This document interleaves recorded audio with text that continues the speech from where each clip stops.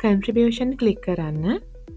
8% සහ 12% රේට් දෙකම ක්ලික් කරන්න. ගෙවීම් කිරීමට අදාළ වර්ෂය සහ මාසය නිවැරදිව තෝරා ගන්න.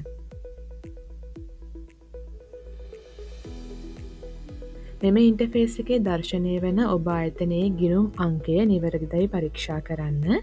නැතිනම් චේන්ජ් බටනය ක්ලික් කර අප දෙපාර්තමේන්තුවේ IT අංශය දැනුවත් කරන්න.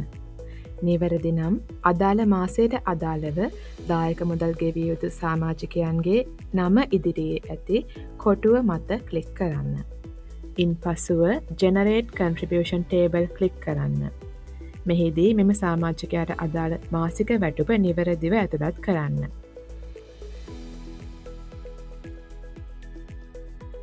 ඇතුළත් කරන ලද වැටුප අනුව 8% සහ 12% නිවැරදිදයි පරීක්ෂා කර පහත පෙන්නුම් කරන ටෝටල් කන්ට්‍රිබියුෂන් මුදලද නිවැරදිදයි බලන්න.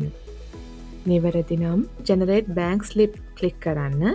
එම අවස්ථාවේදී ටෙක්ස්ට් ෆයිල් එක ඩවුන්ලෝඩ් වූ බව ඔබගේ පරිගණක තිරේ දකුණු පස ඉහළ කෙළවරේ දර්ශනය වේ. ඊට අමතරව පේමන්ට් through ස්ලිප් මත ක්ලික් කර සේව් කර ප්‍රින්ට් කරගන්න. එලෙස ඩවුන්ලෝඩ් කරගෙන ප්‍රින්ට් කරගත් පේමන්ට් through ස්ලිප් ඩොකියුමන්ට් එකෙහි ඔබ ආයතනයේ ගෙවීම් සඳහා බලයලත් නිලධාරීන් දෙදෙනෙකුගේ අත්සන් යෙදිය යුතුයි. ඔටෝ ඩවුන්ලෝඩ් වුණ ටෙක්ස්ට් ෆයිල් එක කස්ට්1 නමින් ඔබ පරිගණකේ ඩවුන්ලෝඩ් ෆෝල්ඩ එකේ සේව් වී තිබෙනු ඇත.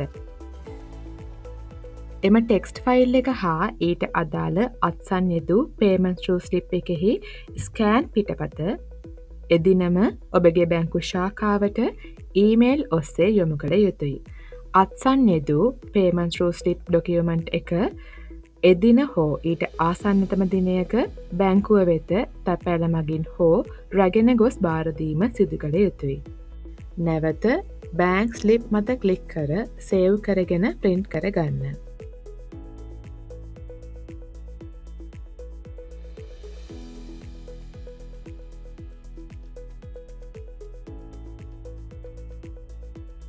මෙම පේමන්ට් through ස්ලිප් සහ බෑන්ක් ස්ලිප් සහිත ඉන්ටර්ෆේස් එක මේ අවස්ථාවේ පමණක් දර්ශනය වන අතර බැක් ක්ලික් කර නැවත මෙම පිටුවට පැමිණියහොත් දර්ශනය නොවේ.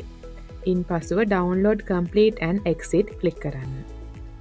මෙලෙස නිවැරදි ආකාරයට ස්ලිප් ක්‍රමය ඔස්සේ දායක මුදල් යොමු කිරීමෙන් අනතුරුව PSPF අංශය වෙත වෙනත් කිසිදු ලියවිල්ලක් ඉදිරිපත් කිරීම අවශ්‍ය නොවේ.